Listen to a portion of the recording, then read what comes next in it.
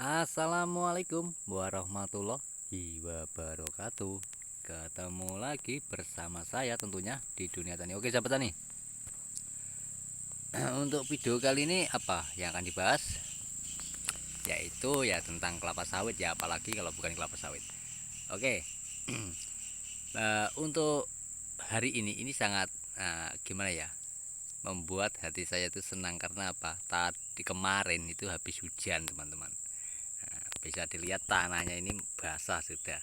Nah, dan ini notabene kelapa sawit di tanah mineral, bukan tanah, kalau biasanya tanah gambut ya. Saya kasih tunjuk pada teman-teman, kali ini di tanah mineral. Nah, tanah mineral ini sangat beda dengan di tanah gambut ya. Yang pertama adalah batangnya akan lurus, tegak lurus ke atas, dan yang kedua pasti buahnya tidak kalah tidak seperti di lahan gambut, pasti gitu. Nah, bisa dilihat di sini buahnya itu sudah tidak ada teman-teman. Nah, sudah habis, tidak ada. Nah, ini dampak kemarau kemarin ya, dan alhamdulillah udah memasuki 4 hari ini sudah hujan. Jadi di sini alhamdulillah ya akan menjadi musim hujan dan El Nino sudah berakhir. Harapan saya begitu ya. Semoga harapan petani-petani kelapa sawit juga begitu. Untuk fenomena El Nino ini sudah berakhir, itu harapannya. Nah, dan di sini yang saya kasih tunjuk. Nah, perhatikan pokok ini ya teman-teman. Nah, di sini tuh melainkan tidak tumbuh buah, tapi bunga jantan. Nah, jangan khawatir untuk ini. Karena apa? Habis buah jantan itu biasanya akan muncul buah produktif, itu pasti ya. Jadi itu jangan khawatir kalau melihat kelapa sawit dengan notabe kayak gini. Itu loh, ini kenapa kok kelapa sawit saya tidak berbuah melainkan bunganya saja dan tidak menjadi buah. Nah, itu jangan khawatir, itu adalah proses dimana kelapa sawit itu memang begitu ya. Itu adalah proses, jadi itu ya. Nah,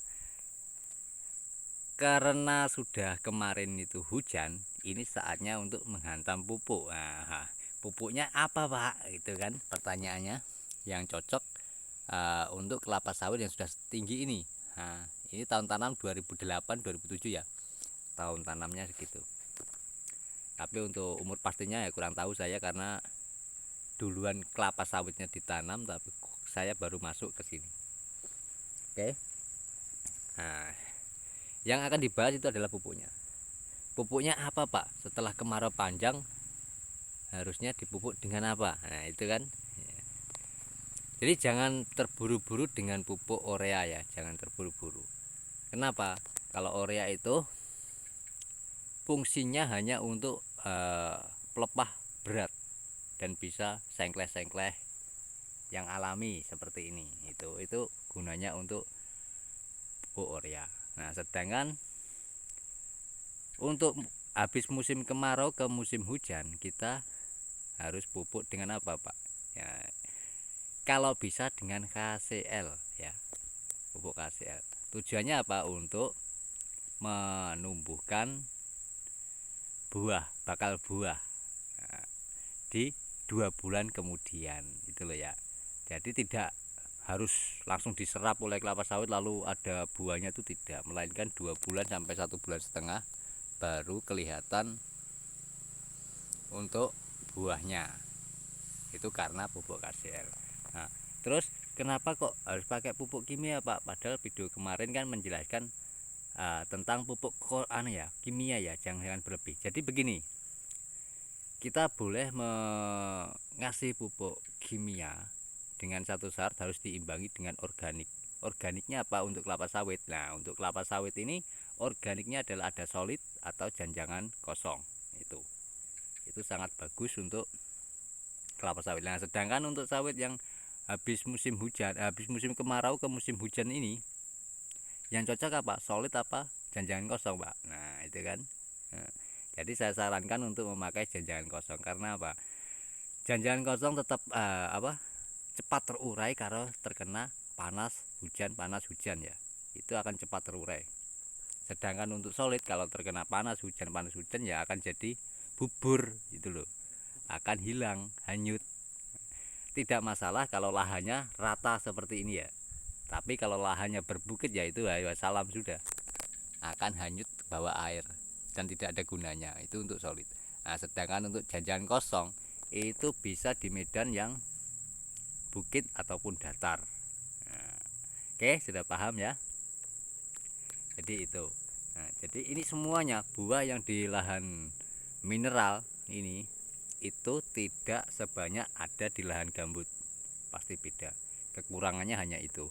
Tapi kalau masalah buahnya kualitas dan buahnya itu masih bagus di lahan gambut. Karena apa? Lahan gambut banyak mengandung unsur hara dari organik. Nah, jadi untuk pemupukan KCL itu berapa dalam setahun, Pak? Nah, ini yang sangat ditunggu petani itu karena banyak sekali petani-petani kita untuk pemupukan ini terkendala dalam pemupukan itu pasti. Nah, makanya saya sarankan untuk sering-seringlah pakai janjangan kosong atau solid itu untuk mengimbangi apa? Kelapa sawit ini tidak ngetrek. Tuh. Tuh, oke, semoga ini bisa menginspirasi teman-teman petani kelapa sawit ya. Bisa menjadi motivasi bagi kreator-kreator baru.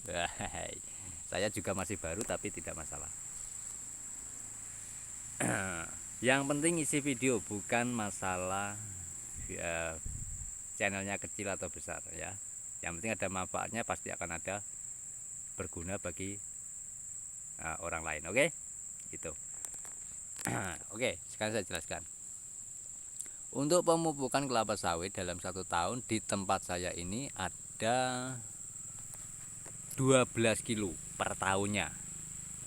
Apa saja Pak? Ya sudah saya sebutkan ya, yaitu KCL sama dolomit itu. Yang paling sering di sini adalah KCL. Kalau dolomit hanya untuk menetralkan tanah supaya pH asamnya tidak tinggi. Sedangkan untuk KCL hanya untuk batang dan buah. Nah, tapi kalau kondisi kelapa sawitnya itu ngaceng semua, pelepahnya ya kita gunakan urea supaya bisa berat di pelepah. Oke, semoga ini bisa menginspirasi, dan dari sini saya salam dari saya ya, dari petani kelapa sawit. Semoga sukses dan jaya selalu. Dan bila ada salah kata ya mohon maaf sebesar-besarnya. Saya akhiri. Wal taufiq wal hidayah. Wassalamualaikum warahmatullahi wabarakatuh. Salam tandan berduri.